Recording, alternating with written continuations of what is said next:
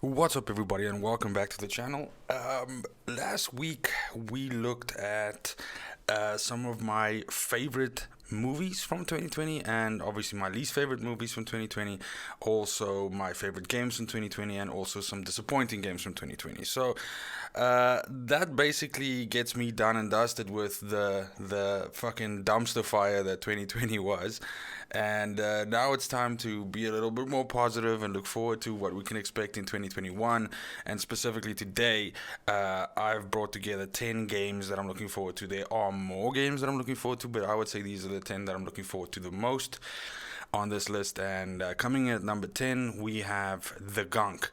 Of the 10 games on this list, this is the one I know the least about. But what I know about it so far looks really good, looks really interesting. It looks like a nice new IP, interesting new IP. It's a third-person action adventure, and basically, you explore this planet, and it's got some mechanics, and from the trailers and everything, you can see that it's got some platforming kind of like puzzle solving kind of mechanics. It has a very Ratchet and Clank kind of vibe-ish, something like that. And of course, this being Microsoft Xbox exclusive, or I think it's a timed exclusive, this could be a good chance for them to have something similar to Ratchet and Clank that Sony has. So interested, looking forward to it. That's at the moment right now scheduled to come out in September of 2021. So still got a bit to wait. That's quarter 3. But looking forward to it. Wait, no, that's quarter 3. Fuck, sorry, brain fart. Okay, then number 9, and this is a little bit of a cheat. So number 9 is not strictly a game that's coming out in 2021. It had already come out. That's Neo 2, but the complete edition is coming out on PC in February, so next month, and I'm really looking forward to it. I specifically skipped playing it on PlayStation because after Neo 1 came to PC after a while, after having been exclusively on PlayStation, I thought that most likely Neo 2 would follow the same way, and so I just figured, I'll give it a little bit of a break. I got a whole bunch of other shit to play, so yeah. But everything that I've heard about it, is fantastic. If you like the first game, then it's like a fucking no-brainer. The sequel is everything done better. There's more weapons, there's more styles, there's more ninjutsu, there's just more, the farming and until you get a ridiculous build and just dialed up, even to like fucking 1 million. So really looking forward to that as well. And that's literally just like I said, around the corner. It's scheduled to come out on the 5th of February.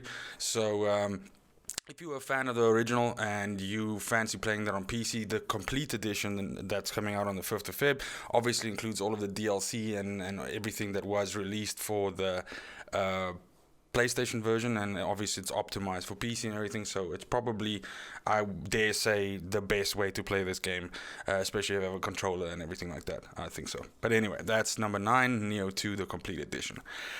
Number 8 is a game by the name of The Medium, and it's a psychological horror game. I have a soft spot in my fucking heart for any kind of horror games that are done really well. I mean, recently I really enjoyed The Visage and some of the other sort of indie titles in this, and this is also literally coming out this week, so January 28th it's releasing. So I've had my eye on it for quite a long time. It looks really good, it looks interesting, and I'll definitely be picking it up this coming week. But if you're into your psychological horror, definitely give the trailer a peek and see. But I think you'll be pleasantly surprised with this. It looks really good.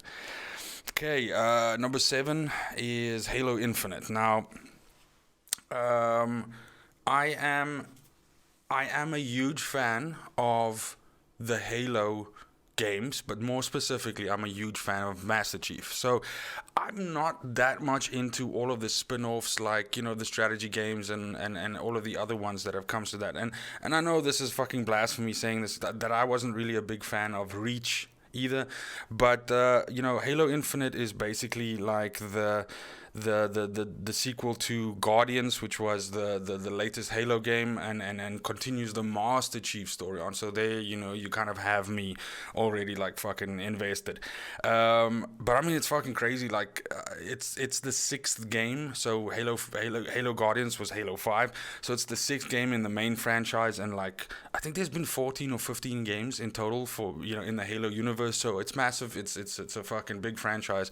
But yeah, this just looks really good. 343 Industries, they have the IP good in their hands. They know what they're doing. So I think it's gonna be fucking great and as good as Guardians was, which story-wise Guardians wasn't like oh my fucking shit, but I mean gameplay-wise and everything, it was amazing what they were able to do with it. So yeah, looking forward to it. It is, however, at the moment right now slated somewhere between Q3 and Q4 of 2021, and I can't help but wonder if this might not be a game that actually ends up slipping from this year to next. So fingers fucking crossed that doesn't happen, but it's one of those ones that I'm a little bit worried about, that it doesn't end up making it this year due to the fucking pandemic and crunch and whatever, add random reason there. Anyway, so then going on to number 6 is a game by Arcane Studios called Deathloop. Now that's coming out in May of this year, and it's an action adventure in the same vein as like the Dishonored this is the same company that made Dishonored 2, Prey, and so it's kind of it's that kind of game, like an action adventure, but first person action adventure, but with a unique sort of dynamic that following what we see in the trailers is that you have like a certain amount of time that you have to do something on this island, and how you approach doing that is entirely up to you, but there's like this most efficient way that you can actually end up accomplishing everything without getting fucking zeroed, without getting killed and then having to restart over. But the idea of the game is this sort of like repetitive sort of re-going into it, and then finding the perfect way to run it. At least that's what the latest trailers make it look like. But it's an interesting idea. I mean, in practice, how it plays off and whether you get tired of it, I guess remains to be seen. But what I've seen so far looks really good, and Arcane Studios is fucking pedigree. I mean, I'm a huge fan of Dishonored and Dishonored 2, and Prey is like fucking the shit. I think I've played through that game like maybe 5-6 times or something like that. I fucking love it. I really love it. So if this is just half as good as those games were, then I'm already like fucking there. So yeah. Okay, then number 5 is definitely like the fucking dark horse, or the unknown one, the most unknown one in this group, that I'm sure you might not even know about, and it's a game called the Riftbreaker. Now, it's really hard to peg what kind of a game this is, because it's an action RPG. It's a hack and slash, because you play it from that sort of viewpoint, like a Diablo or something like that, and it's you piloting this mech suit, and you go on this planet, and there's resource management where you have to gather resources and you have to build bases, and then there's fucking tower defense baked into this, where you have to set up defenses and your base gets attacked by waves of enemies, and then when that's done you have to go out and go forage and like that sort of thing. So again, there is a demo available at the moment right now, which serves as a kind of like a tutorial or prologue or something like that on Steam. So I definitely recommend that you give it a shot. It's fucking great. Like, if you like base defense, tower defense kind of games, then this is, I guarantee you're gonna fucking dig this. But then with the added thing of customizing your mech and doing research and adding more parts on and swapping your weapons out and all of that, this has all of that. So the Riftbreaker, if you don't know anything about this, fucking go check it out. It is really fucking cool. It's really good looking. It's a fucking beautiful game. The prologue, they've added a whole bunch of features like fucking ray tracing and all kinds of weird shit to it. And it was supposed to come out in 2020. I think it's a very small team that's working on it, and it was delayed to 2021. It was supposed to be near the end of 2020. So now at the moment right now, it's just an open date. It's 2021. I hope it comes out this year, just simply for the fact that I can't wait to play it. But I mean, obviously take as much time as they should take as much time as they need to, make sure that this is the quality that it needs to be. But I wish them all the success. It looks fucking great, and especially if it's coming from a small team. It's amazing what they've been able to do, and it looks really fun. It looks really, really fucking, like a good time. So can't wait to fucking play that. That's number 5, the Riftbreaker. Number 4 is, I already mentioned this duo earlier in my top 10, but it's the new Ratchet Clank Rift Apart.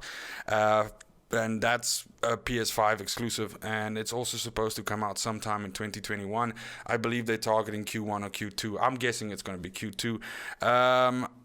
If you've been living under a fucking rock and you don't know what Ratchet and Clank is, I mean, it's a third-person shooter with like platforming and exploration and puzzle solving and fucking, it's a bit of a rail shooter sometimes, everything like that. So this is just going to be more of the same of that.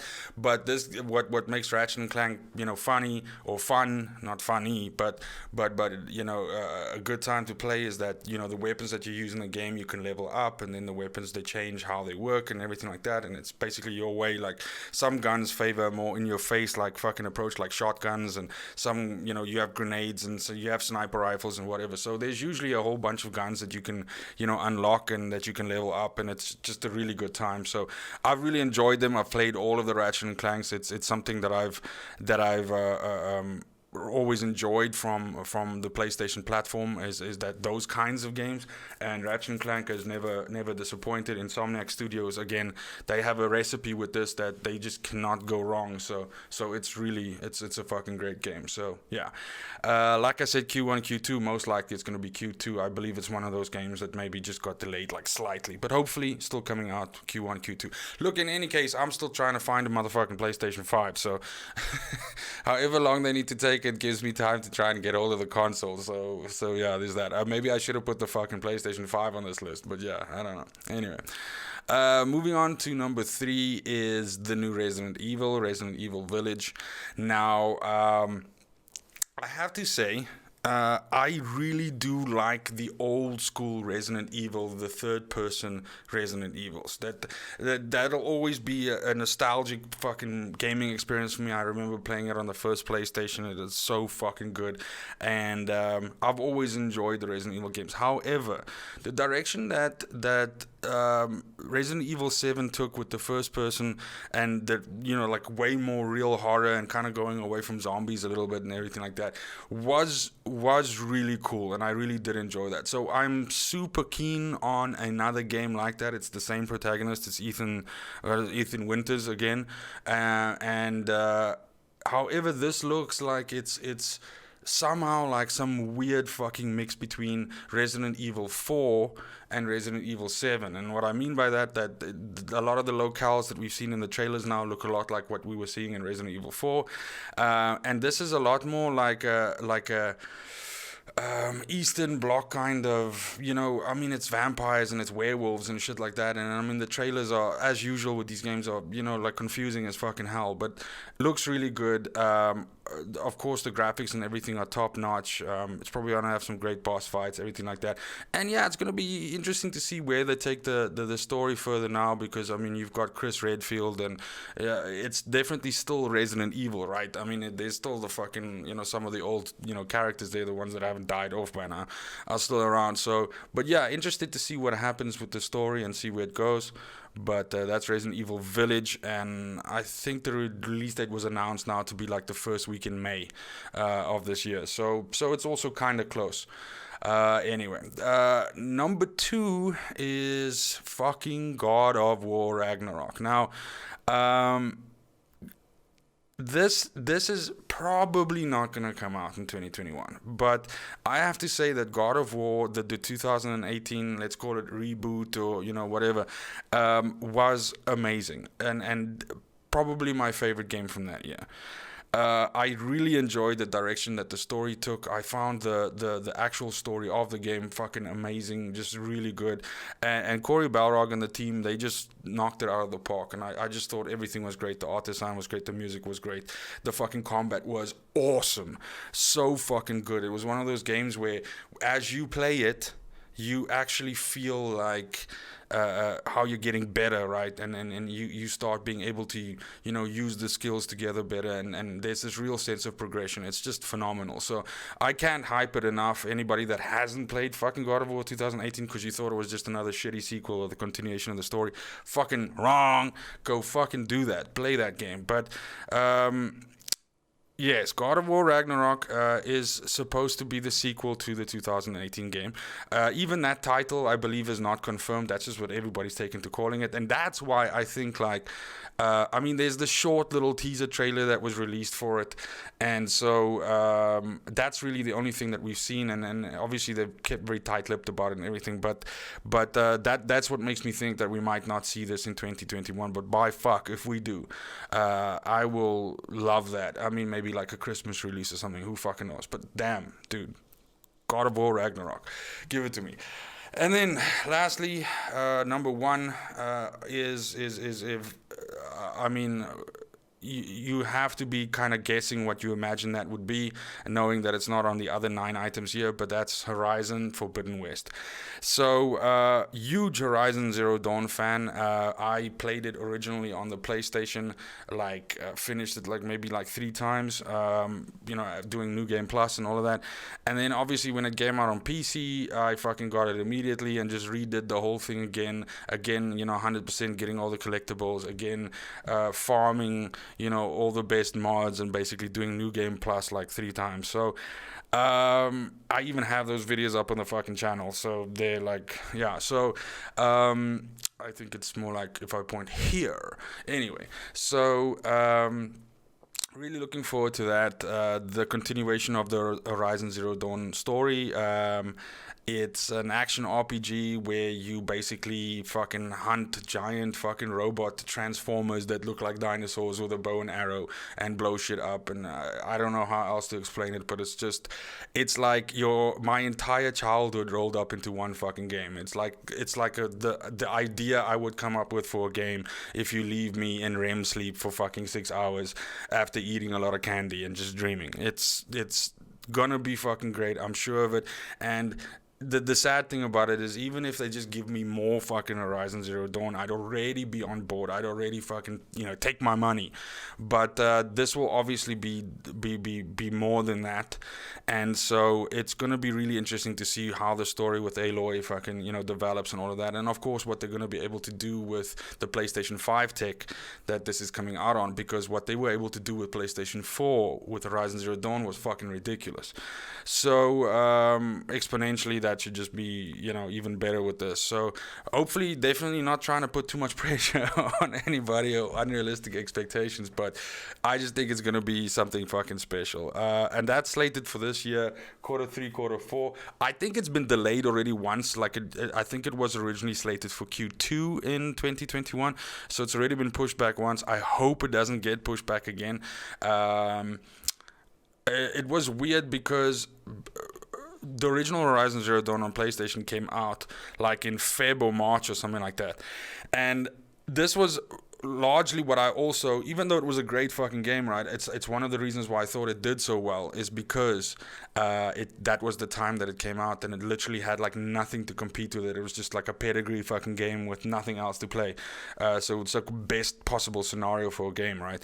So it would be strange for me if they end up releasing this alongside like a whole bunch of stuff that is already slated for the holiday season, because then of course, you know, diluting the pool of people that can play it.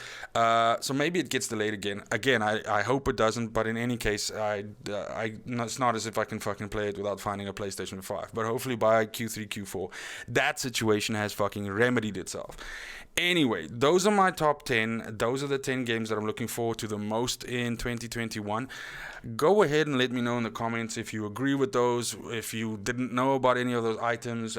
Which fucking games would you put in your top 10? Which ones are you looking forward to the most? What is the most the best game, the most anticipated game for you from 2021? But other than that, as usual, thanks for stopping by, thanks for watching. Have a great morning, a great afternoon, and a great fucking evening wherever you are, and until next time, cheers.